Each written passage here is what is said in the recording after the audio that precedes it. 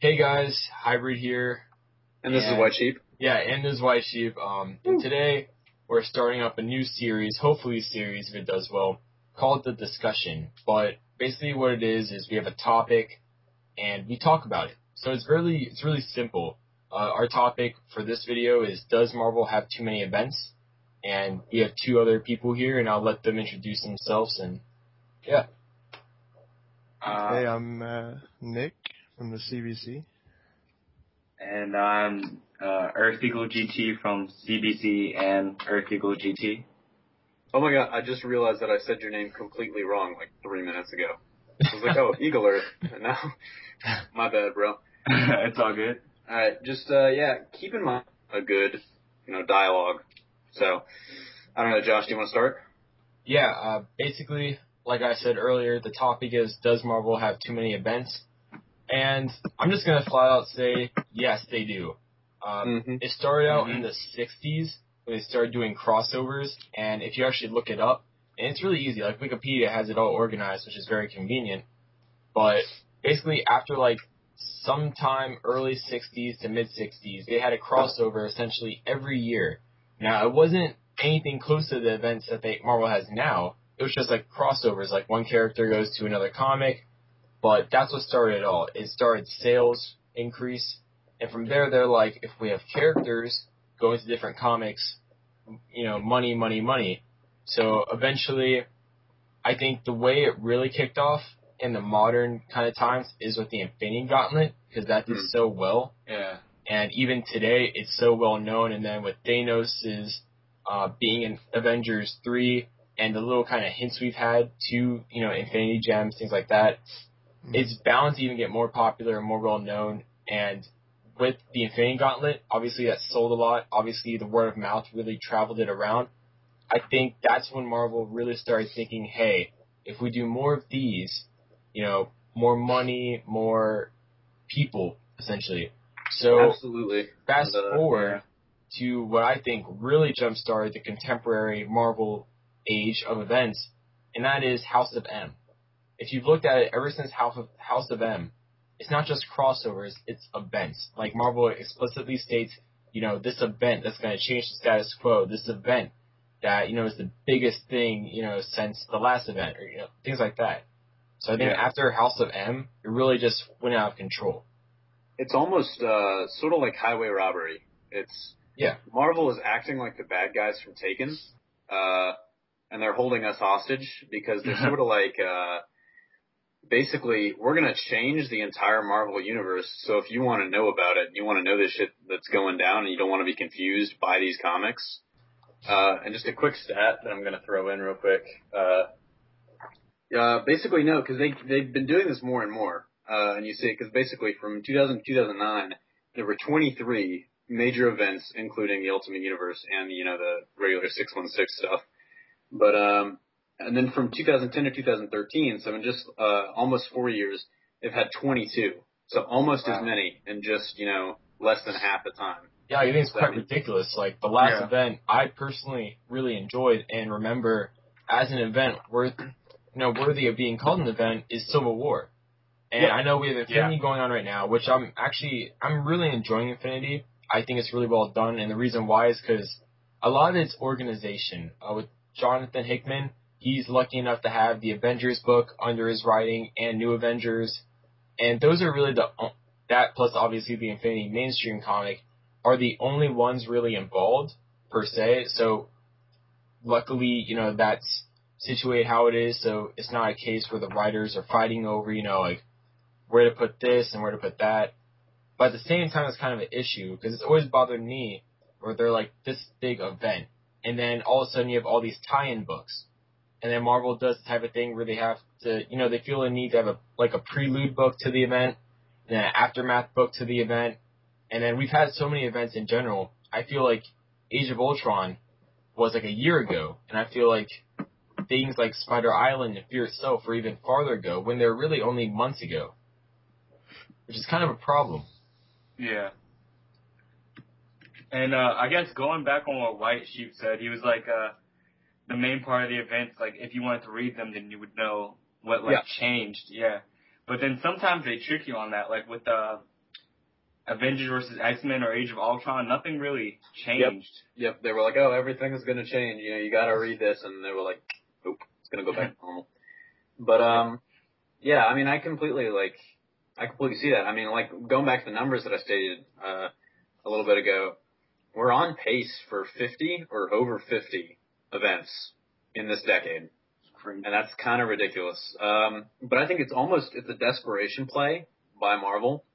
Because you look at the popularity of comics in the 80s and 90s and even the early 2000s, they were much more popular and they were getting a lot more sales. Yeah. And I don't know. I don't really, have the requisite knowledge to kind of speculate on what has caused the decline in sales. But this is, I think, a way to get, even more casual comic book readers are probably more likely to buy these big event comics rather than just the everyday normal, Amazing Spider-Man or, Superior Spider-Man. They're probably just not going to buy. Your more casual readers are probably less likely to buy just the normal kind of non-event comics than they are these giant, possible universe-shattering event comics like Infinity. Yeah. So. Yeah, I think a big reason for that attraction to like the events is because, especially recently, a lot of the events have been hero versus hero, not hero versus villain. And usually in comics, we get, our hero versus, the villain, things like that. But we never really got, the hero versus hero. Even in the crossovers, really. Like, it'd usually be, like, dialogue, not really fighting or, like, anything big between the two characters that would, cause tension like that. So I think when people walk by comic book store, they're like, oh, look, it's Hulk versus Abomination. Oh, look, it's Captain America versus Red Skull. And they're like, oh, wait, Iron Man versus Captain America? Yeah. That kind of comes in their heads, and they're like, oh, I want to read that. It just attracts them more. Mm. I actually love that, though, because the whole, when you think about it, the whole, hero versus villain thing is we know pretty much how that's going to play out. I feel like the only time in recent memory, at least, that has sort of, not been the case, that the hero is going to defeat the villain and things are going to go as planned and according to, form, was sort of, the end of Amazing Spider-Man and the beginning of Superior Spider-Man. Just because the whole, I don't think anybody really saw that coming. Yeah. So that's one of the big ones where it's like, it's kind of good to see the hero versus hero thing because, and I love it because it's a little bit more new and novel.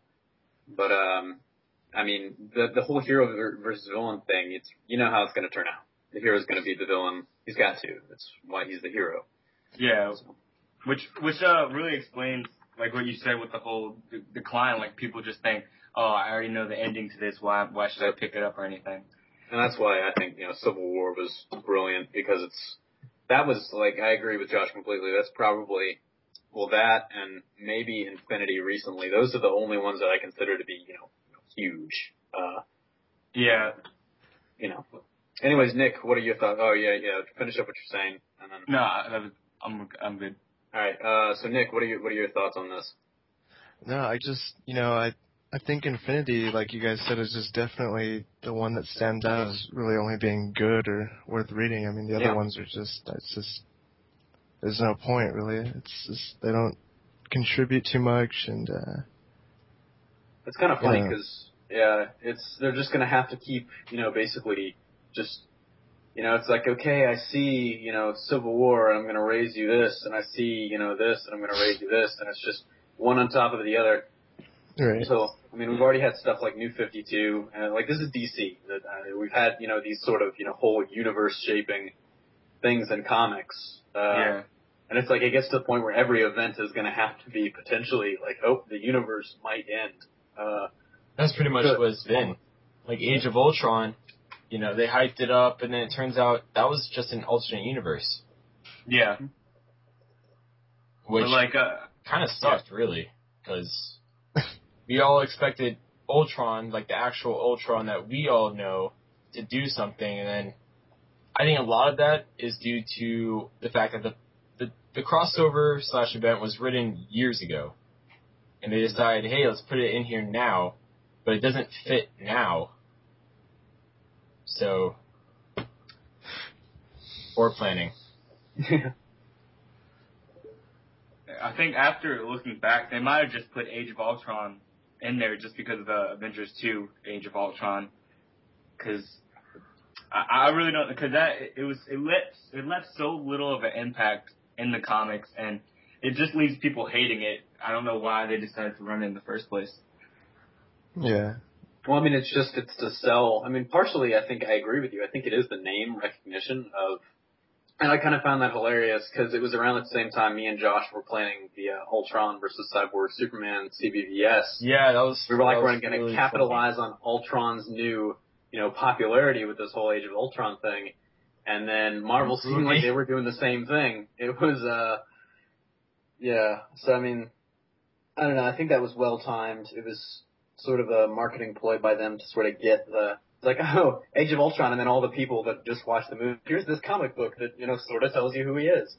So it was all very, very convenient. But I don't know. So do you think, I've got a question for all of you. How do you think this whole thing is going to end? Do you think it's ever going to end, or is it just going to escalate more? What do you think is going to happen?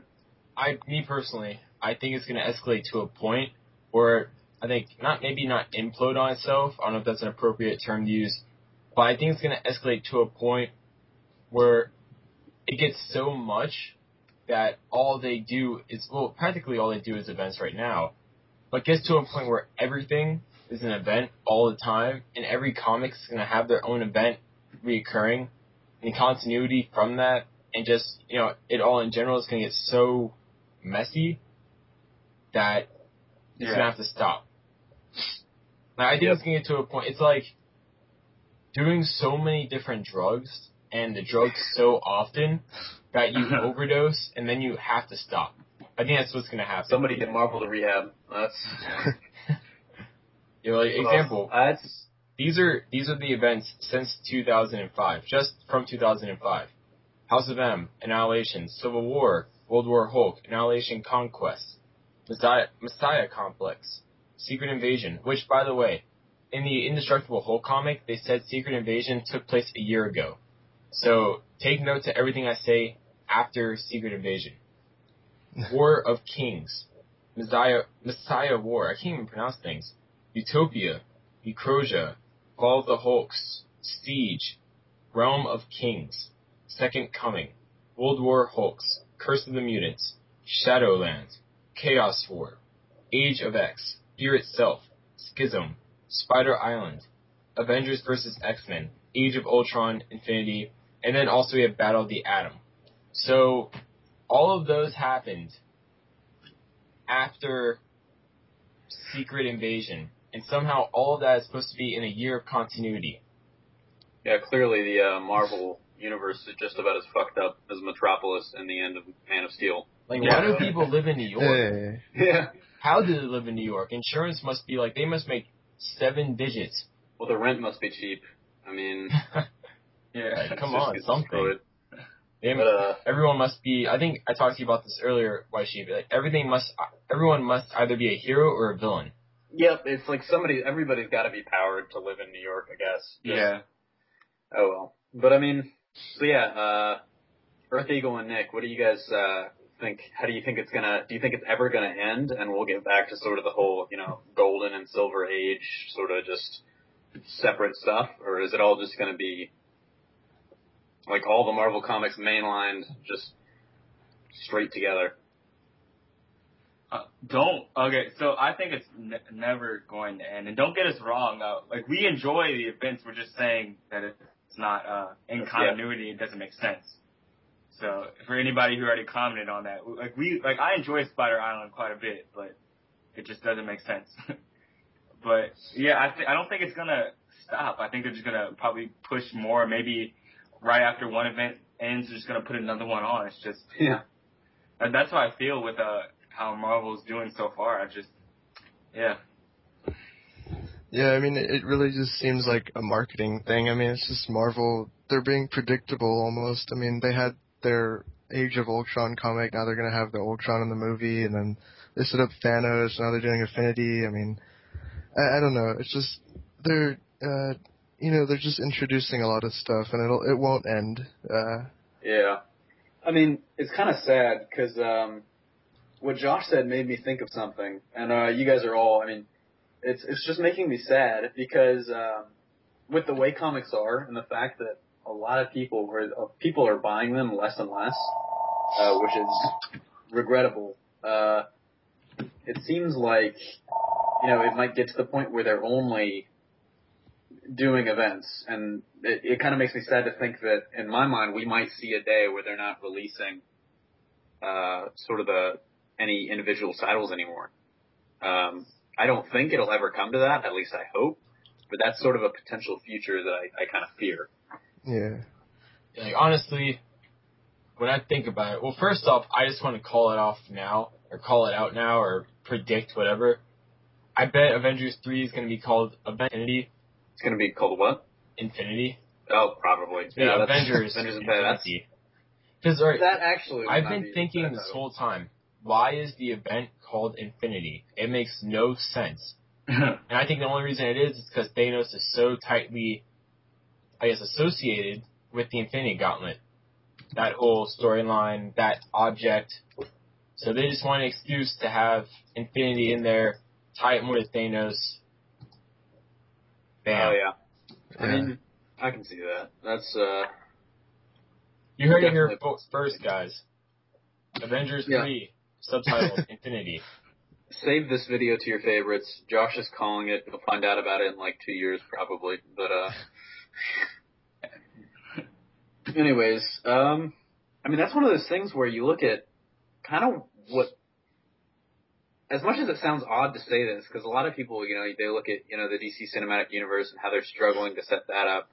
I really hope they do, because I'd like to see some competition, but, it's one of those things where DC is actually, for all the problems that New 52 is having, I'd say, just, brace yourselves, guys. I'm going to say DC is doing it better, honestly. I think they are. They have problems, but, they have problems, not in the cinematic universe, but, you could that's a sign that I might be descending into insanity when I say the DC cinematic universe at this moment is better than Marvel's. No.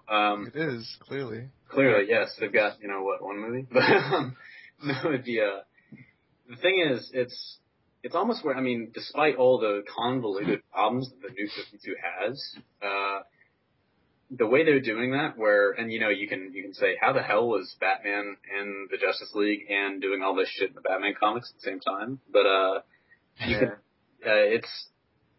honestly, I think that's better than DC having, these huge, or Marvel having these huge, fucking things all the time. But, yeah, like I said earlier, Jonathan Hickman, luckily he's writing Avengers, New Avengers, and the Infinity Story. Because he explains how Iron Man's in different places, like it's AI-controlled robots that, he can, mentally, I guess it's either a combination of him using some sort of signal, mentally controlling them, like radio waves kind of, or he just, has his brain waves copied in there, which I guess they could do because that's practically how the Vision, was living, so to speak. But, like he explains that he's like, Tony Stark is on Earth. But when Tony Stark was in space, he was like, Tony Stark has a robot duplicate of himself on Earth with the Avengers. Then, it's because he's writing all these characters, he's easily able to explain, why these characters are out there and some of them are here, and it all coherently fits.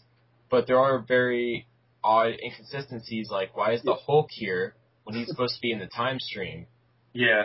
And because he's the fucking Hulk, he probably punched his way out of the time stream. Actually, funny you mention that, because something similar to that happened. Oh, yeah? Yes. But I don't want to get too off topic with it right now. Honestly, I feel like we've covered a lot of this. I think we all kind of feel, like, I don't know, I don't want to speak for everybody, but I know me personally, and from what I've heard so far, I'd like to say we all have event fatigue from Marvel. That's a good way to describe it. Like when Earth Equal GT, when you interviewed me, and I said DC's my favorite, I think I said a reason was because they are letting their writers, they're letting their own solo comics have time to breathe and do their own thing, and they're not just doing event. Yep. Yeah. because it's really hard if you're a hardcore comic book fan, especially for Marvel. And I'll just talk about for a Marvel hardcore fan. If you're one of those people, you buy like all the Marvel comics you can with, how much money you make after paying bills. Hopefully you pay your bills. You're not homeless. Just buy comics. You just have a house made out of comics. Oh God. Under a bridge somewhere. That'd be an epic comic book wall.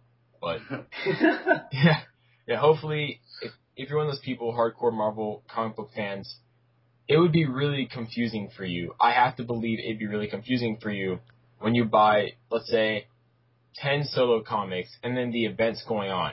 And then when you buy those events, you're like, why is this happening at this time? How does this work? So it has to be really confusing. And I think that's a problem, is that they have to, you guys hear me? Did we lose Josh? I don't Taken. Alright, yeah, now we got you. Alright. It was Marvel. Where did my audios end at? I don't even know. It was kind of sudden. It was just shocking. Did I talk about the bridge? No. No. You were not there yet. Back up. Really? The comic book wall bridge? Yes, we were past that. Okay, yes. So the homeless comic book wall bridge. I'll just condense everything I just said. I'm not editing this, by the way, so whatever. Anyways, I think for a hardcore Marvel fan, basically it has to be hard for them to really read the Marvel comics without wanting to rip their hair out, because you have all the different events going on. That has to be really confusing. Then we also have, all the solo comics, and a lot of times they like doing their own thing, which is understandable, obviously. So it has to be really confusing. I think that's why I think DC is winning currently in the comic book department. And movie. Oh yeah, that's right. And the movie department. They're winning in both things because... Clearly. I don't even want to talk about this anymore. Well, I'll just let you guys talk about it. Since DC Cinematic Universe is probably not giving anything away to the YouTube people, but it's probably going to be one of the future conversations. Yeah, for anybody that actually understands this reference, my jimmies are rustled currently. Your jimmies are rustled. Oh God. About what exactly? The DC Cinematic Universe, or? No, because I just tried thinking about being a hardcore Marvel fan, trying to read all the Marvel comics and the events and trying to make sense of it. So, in thinking of how rustled Marvel Comics fans' jimmies are, your jimmies got rustled. Okay. Exactly. It's just all the rage. It's so much. Yes. Because the problem is that Marvel doesn't want to retcon anything, really. Well, that. Because they have so much history, and basically everything they do if you look at it, every event they have currently is based off of something that happened in the past. It's nothing original. Yeah. Even Infinity, if you look at Infinity, it's barely based off anything new. So if we're close to wrapping this up, I would say the last question, I'd say just real quick, what are your guys' recommendations for how Marvel fix this whole event thing? Maybe a little more specific than stop doing fucking events. But I would say, my recommendation just briefly is, I would say with how just crazy all the universes have gotten and how that you've killed off a lot of characters now, like Parker, and now you're thinking of bringing Peter Parker back, but you killed him off in both universes. I'd say my recommendation, just without going too much into it, is do a New 52 reboot, but do it right. Don't try to keep everything canon. Just start from scratch, clean slate, and then maybe just have it develop so there aren't events going 24/7. I know that's drastic, but I'd like to see that more than I'd like to. Who causes events to happen at Marvel? Is it Joe Quesada? I think it is. Quesada. Who did what? Yeah. Somebody just bring a package to Marvel, be like, for Joe Quesada, and then when he opens it, it's not a bomb or anything, because I don't want I don't want any possible good writers at Marvel to die here. But he opens the box, and it's just in big bold letters. Stop. Maybe we should show them Man of Steel. That would kind of depress them a little bit. and they would stop writing so That'd much. probably make him happy. That He's movie like, gave me hope. Event. It gave me hope. We can talk about that. Stands for hope. We can talk about that in the next episode, actually. Yeah, about but DC Comics. oh, Josh, you just gave it away. Oh no, but no, I mean, I agree with Josh. I think it makes me want to go like Fight Club on Marvel headquarters, and just blow up all the buildings. But so Josh, was that your? I'm sorry, Josh. That movie's only been out for what, like 15 years? Doesn't matter. You don't talk about Fight Club. You had 15 years to see it. It's not too soon anymore. So I guess that kind of wraps it up. Okay, so now Earth Eagle and Nick, how would you resolve the event fatigue? Well, after all this crazy stuff with the events, I feel like I'm watching all the X-Men movies again because I have no idea what's happening in that. And I don't know what you guys are talking about. Green Lantern was a masterpiece. Oh my God! We'll talk about that in the next episode. I wasn't happy when the power went out halfway through the second time I was seeing it. Actually, do you guys want to talk about the second one now? Stop making events. No, not right now. No, you don't. But yeah, just stop making events, people. Just go home. Play with your families or something. You don't need to do this. Because they have the writers locked up in a room somewhere. Yeah, they do. Sweatshop, and they're just like, we need something that'll make people buy the comic, but it'll ultimately do nothing to the universes. Go. Kasada has like a whip, and he's like whipping like, write more. It's like, oh. But yeah, just stop. Yeah, I think their best route is just to go like how DC is doing the New 52, just like give the characters their own issues to just, have their own stories. Because like with DC, like they had Trinity War, but that was like their big event. Like it took a while to get there. I mean, like, there's a lot of build up to it. Yeah, and like the 2 years, that was their big thing. I guess it's been 2 years since the New 52 or so, right? Right, yeah. It took them a while to get there. It was after the whole, post-crisis, post-New 52 stuff. But, I completely agree. I mean, all right, so Josh's dogs have effectively taken him out of the game. I guess I'm wrapping it up. Thank you very much to Earth Eagle GT and Nick Whitcomb, both of the CBC Army. I guess I'm not going to call it CBC Inc. I'm going to call it CBC Army, and that just sounds more aggressive. All right, yes, thank you, you two soldiers, for joining us and ranting. I love that. I'm just going to say, to kind of conclude things, I love that we can do this, and thank God for the internet that we can just sort of connect people like this and talk about interests, and then hopefully some people will want to listen to it. But anyways, signing off. I'm White Sheep. I'm Earth Eagle GT. I'm Nick from the CBC. Josh is incapacitated. Jimmy's were rustled so much that he passed out. But thank you for watching, and see you next time.